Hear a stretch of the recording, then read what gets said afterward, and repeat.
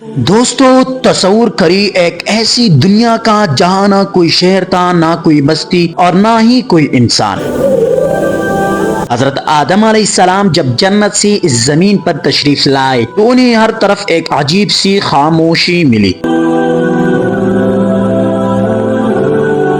انہیں سب سے زیادہ یاد اللہ کے گھر کی آتی تھی جس کا طواف وہ جنت میں فرشتوں کو کرتے دیکھتے تھے۔ روایت ہے کہ ایک دن اللہ نے ان کی اداسی دور کرنے کے لیے ایک فرشتہ بھیجا۔ فرشتے نے مکہ کے ایک خالی وادی کی طرف اشارہ کیا اور کہا، اے آدم یہاں اللہ کا گھر بنائے۔ اب کو یہ جان کر حیرت ہوگی کہ اس گھر کی تعمیر کے لیے حضرت آدم علیہ السلام اکیلے ہی نکل پڑے تھے۔ وہ میلوں دور پہاڑوں تک جاتے، بڑے بڑے پتھر اپنے کندھوں پر اٹھا کر لاتے اور انہیں ایک دوسرے کے اوپر رکھتے جاتے۔ یہ زمین پر کسی بھی انسان کی پہلی محنت اور پہلی تعمیر تھی۔ جب دیواریں کچھ اونچی ہوئی تو اللہ نے جنت سے ایک خاص تحفہ بھیجا، ایک ایسا پتھر جو دودھ سے زیادہ سفید تھا اور موتی کی طرح چمکتا تھا۔